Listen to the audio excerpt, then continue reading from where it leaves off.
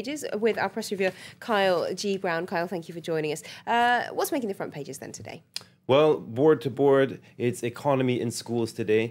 This is all on the heels of the budget speech that the Prime Minister gave earlier in the week. And we highlighted earlier this week here the budget shortfalls. There is about 7 billion missing for this year and another 33 billion for next year. So the government has had to kind of step back and rethink the whole budget program. Hollande had promised a lot of big spending on the campaign trail. So what he's done since is actually decided, well, we're going to have to rethink what we're going to do in terms of raising taxes. And now Le Figaro talks about the big fear that civil servants have as a result, and they're worried that that they're going to face the sack, really, because what's happening now is they're considering that 2 out of every 3 departing civil servants will have to be replaced, that is in non-priority departments. And that's a continuation, in fact, from the Sarkozy years, because over that 5-year mandate, 1 out of every 2 civil servants was not replaced. 1 out of every 2 that departed, they were not replaced. So that's a continuation of that policy. And what's going to happen now is we'll look at how that affects the school system as well. Okay, now obviously those cuts very much not popular with the fonctionnaires, the government workers, but what about the broader public here in France? I gather there's an opinion poll about that in Les Echos. That's a good point. There was an opinion poll, and they looked at how Les Echos actually compiled the figures. 36% think the government measures will have a positive impact.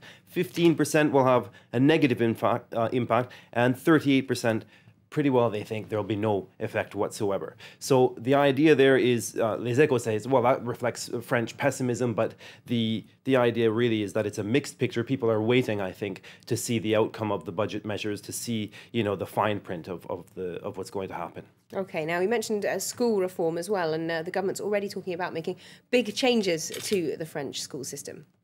Yes, now the papers are talking about how this is not the first reform. In fact, over the past 30 or so years, there have been a multitude of reforms, largely based on the political programs of left and right. They each have their own take as to whether they should reform the structure or reform teacher training. And now what they're considering is they're going to look at how everything from how to change the actual season when the school system starts from October onward, and they're going to look at the teacher training. 400 experts are going to have a look at what it is that they're going to need to cut down on the number of dropouts in the system. 150,000 students leave the school system without any qualification, and that is to say that they're not graduating. And so Libération now goes on to say that they have 5 ideas as to how to change the system.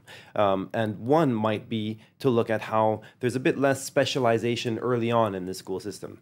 That is to say that young kids who are just starting out, they don't need so much to kind of focus on sociology or an apprentissage, these kinds of things. They can have a more interdisciplinary approach. And one of the experts cited in Libération says they're actually running something called a micro-lycée, which has a multidisciplinary approach to education. And the whole idea there is to kind of prolong that period during which the students have a look at what's out there, a slightly less harsh emphasis on getting into the career, getting into the job market. And so the idea there as well is one of the principles underlying these studies that they're looking at.